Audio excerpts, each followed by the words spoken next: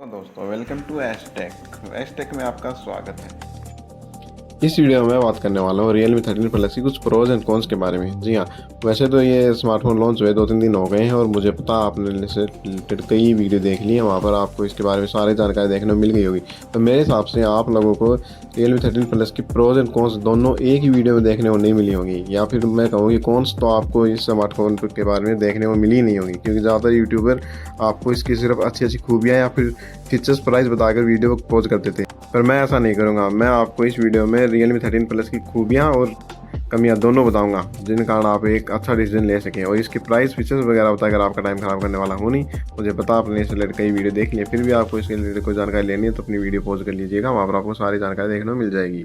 तो देखिए, वीडियो की शुरुआत हम करते हैं पॉजिटिव पॉइंट से। और इस स्मार्टफोन के प्रोज में उन्हीं चीज़ों को गिनूंगा जो अदर स्मार्टफोन में आपको बहुत कम देखने को मिलती है और इसी स्मार्टफोन में आपको देखने को मिलती है। तो देखिए, सबसे पहला जो पॉजिटिव इस स्मार्टफोन में मुझे लगा वो लगी इसकी गेमिंग। जी हाँ, इसमें आपको गेमिंग परफॉर्मेंस बहुत शानदार देखने को मिलती है। ये मेरे हिसाब से इकलौता ऐसा स्मार्टफोन है जो 20-22 हज़ार रुपये की प्राइस में आता है और इसमें आप 90 FPS तक की BGMI में गेमिंग कर सकते हैं। और भी अदर जो गेम है उसमें भी तो कई में आप 120 हर्ट्ज की रिफ्रेश रेट के साथ भी गेमिंग कर सकते हैं। तो मेरे हिसाब से गेमिंग के मामले में स्मार्टफोन आपको बहुत ज़्यादा पसंद आने वाला है। आप अगर ऐसे यूजर है जिनको गेमिंग करने से मतलब है वो ज़्यादा मतलब नहीं है, तो आपके लिए one of the best smartphone रहेगा 20-22 हज़ार रुपये की प्राइस रेंज में मेरे हिसाब से।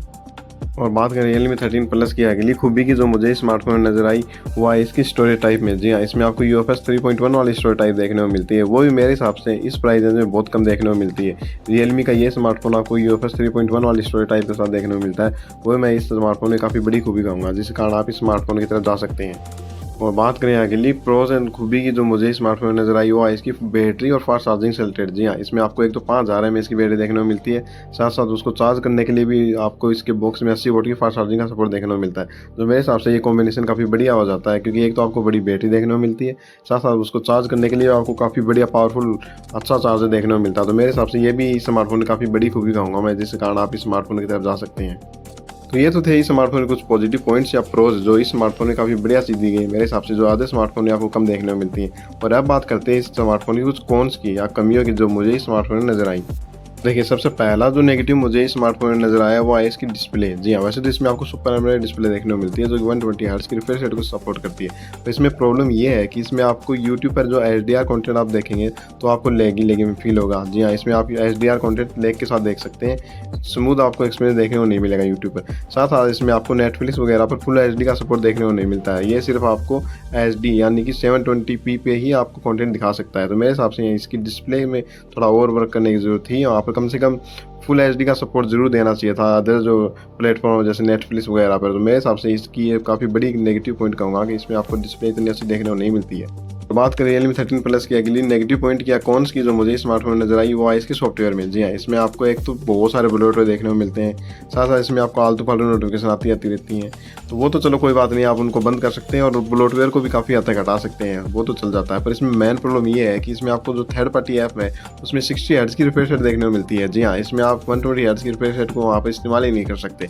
इसमें पता नहीं सॉफ्टवेयर में क्या बग है या फिर Realme वालों ने जानबूझकर ऐसा किया है, पर ज़्यादातर ऐप्स इसमें आपको 60 हर्ट्ज पर ही काम करती हुई नजर आएंगी और इसमें आप फोर्सफुली 120 हर्ट्ज पर सेट भी नहीं कर सकते। तो मेरे हिसाब से ये काफ़ी बड़ी प्रॉब्लम है इस स्मार्टफोन की। और बात करें Realme 13 प्लस के अगले नेगेटिव पॉइंट की तो वो है इसके कैमरास। जी हाँ, वैसे तो इसमें जो कैमरा दिए गए हैं वो काफ़ी अच्छे परफॉर्म करते हैं, वहाँ पर दिक्कत नहीं है। पर इसमें प्रॉब्लम ये है कि इसमें आपको जो अल्ट्रा वाइड सेंसर देखने को मिलता था ना Realme 12 प्लस में, वो इससे हटा दिया गया है। जी हाँ, इसमें आपको किसी भी तरह का कोई अल्ट्रा वाइड सेंसर देखने को नहीं मिलता है। मेरे हिसाब से काफ़ी बड़ी कमी कहूँगा मैं स्मार्टफोन की, क्योंकि अल्ट्रा वाइड सेंसर बहुत ज़्यादा यूजफुल फीचर है, बहुत सारे लोग इसका इस्तेमाल करते हैं। आप अपग्रेड करने की बजाय वहाँ पर आप निकाल रहे हैं, ये बात मुझे बिल्कुल भी समझ नहीं आई। इससे अच्छा तो Realme 12 प्लस वहाँ पर आपको कम से कम 8 मेगापिक्सल का अल्ट्रा वाइड देखने को तो मिलता है, इसमें आपको हटा ही दिया गया है। तो मेरे हिसाब से ये भी इस स्मार्टफोन की काफ़ी बड़ी कमी है। तो ये थी कुछ pros and cons Realme 13 plus से रिलेटेड जो मुझे स्मार्टफोन में नजर आई और मैंने आपके साथ साझा कर दी। अगर आपको स्मार्टफोन लेना तो इसका बाय लिंक मैं डिस्क्रिप्शन बॉक्स में दे दूंगा, वहाँ से आप इस स्मार्टफोन खरीद सकते हैं। पर मेरे हिसाब से आप इस स्मार्टफोन की बजाय कोई और स्मार्टफोन की तरफ जाएँ तो ज़्यादा बढ़िया रहेगा, क्योंकि मेरे हिसाब से ये स्मार्टफोन ओवर प्राइस है। ये 22-23 हज़ार रुपये के आसपास की प्राइस रेंज के हिसाब से इसमें कुछ भी नहीं है छोड़कर गेमिंग। हाँ, आपको सिर्फ गेमिंग के लिए स्मार्टफोन लेना है तो आप इस स्मार्टफोन की तरफ जा सकते हैं। अदरवाइज इससे बढ़िया ऑफर वाले स्मार्टफोन आपको 18 से 20 हज़ार रुपये के आसपास की प्राइस में देखने को मिल जाते हैं। आपको ये वीडियो पसंद आई है तो please like and subscribe @take channel.